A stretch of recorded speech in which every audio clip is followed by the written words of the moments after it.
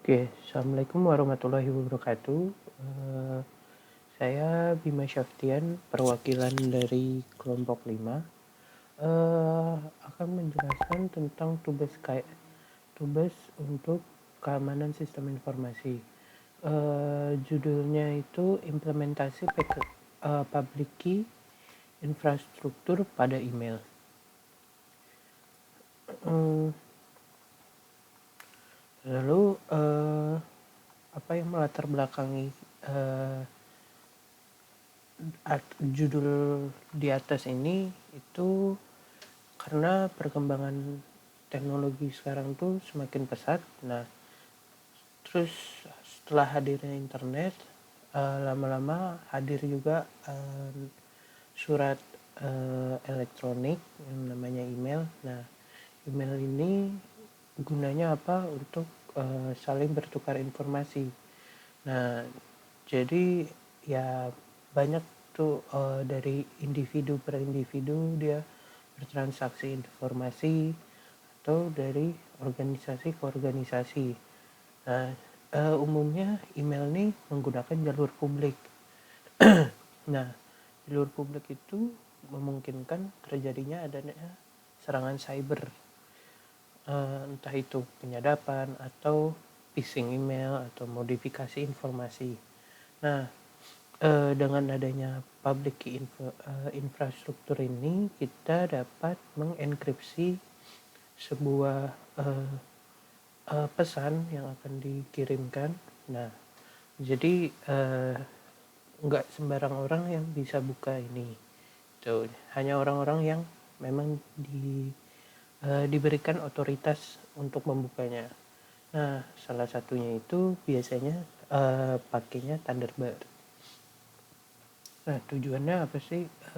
Jadi ini tujuan kami membuat ini itu mendeskripsikan rancangan implementasi dan membuktikan aspek keamanan dalam transaksi informasi menggunakan email. Oke, di sini kita hanya membahas tentang implementasi PKI menggunakan aplikasi yang namanya Thunderbird. Nah, sebelumnya itu public key infrastruktur itu apa sih? Nah, public key infrastruktur itu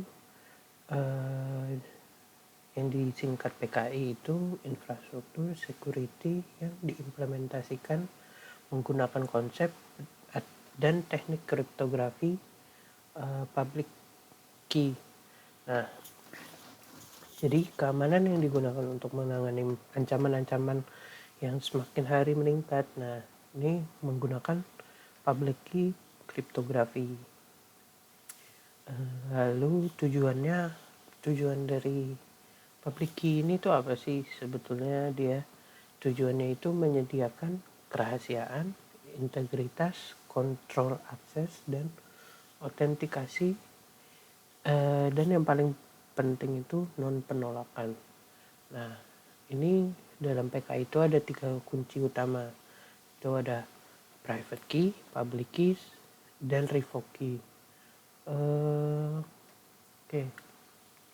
Pada umumnya tuh arsitektur dasar dari PKI ini memiliki beberapa komponen, antara lain ada certification authority, kebijakan keamanan atau security policy, terus registration authority, dan certificate repository.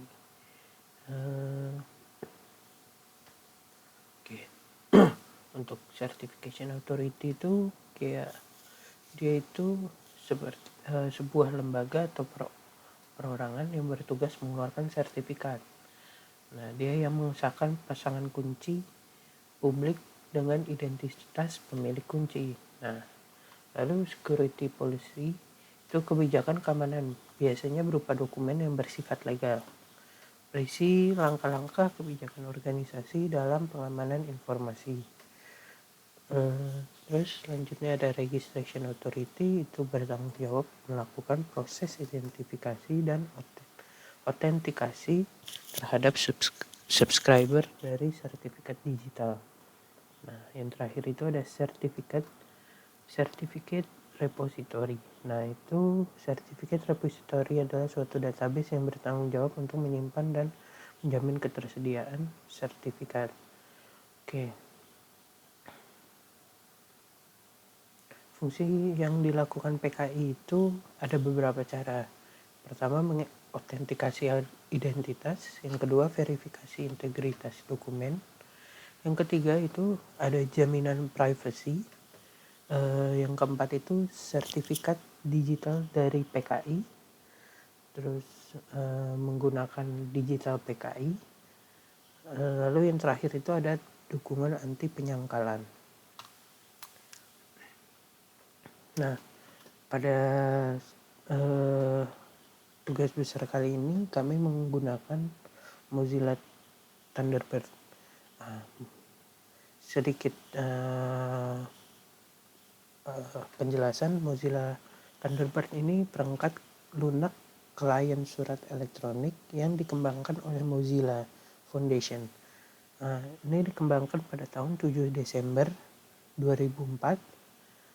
Versi yang pertamanya itu diluncurkan dan diunduh lebih dari 500.000 kali dalam 3 hari pertama.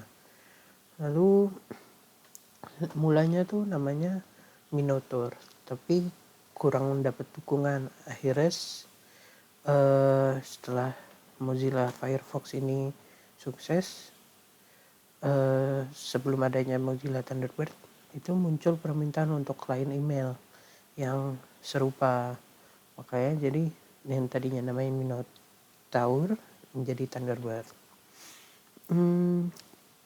Jadi itu sedikit itu. Nah, toolsnya itu untuk PKI itu sebetulnya ada yang selain Thunderbird itu ada Outlook.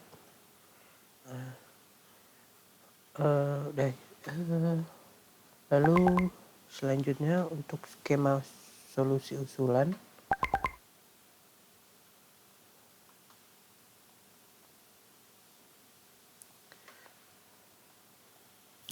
Untuk skema solusi kelompok kami usulkan itu pada Thunderbird dengan melakukan pengamanan public key infrastruktur.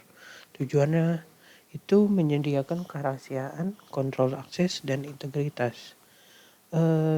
Bisa digunakan juga untuk menyatakan jika pengirim pesan benar-benar orang yang bersangkutan dan penerima.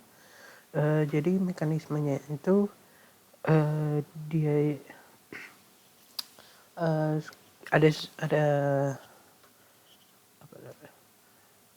sebuah data atau teks nanti akan dienkripsi menggunakan public key. Nanti ada gambar public key, lalu lalu dikirim ke yang ingin ke penerimanya nanti.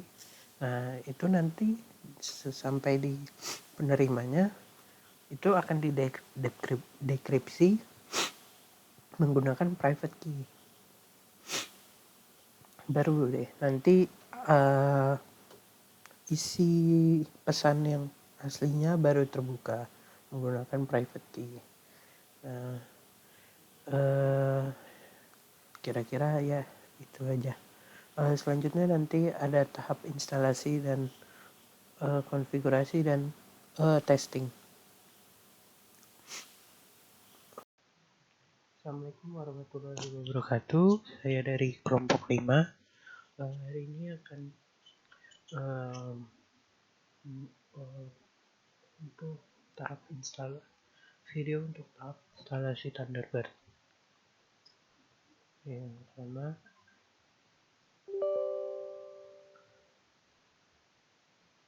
klik next.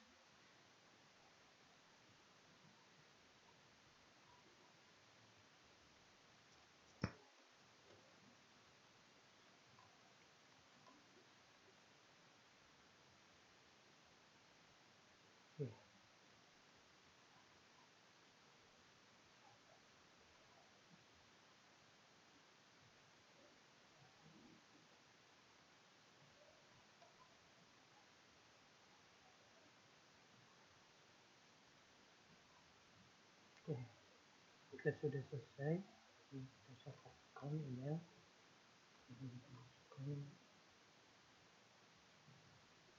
email yang dimasukkan.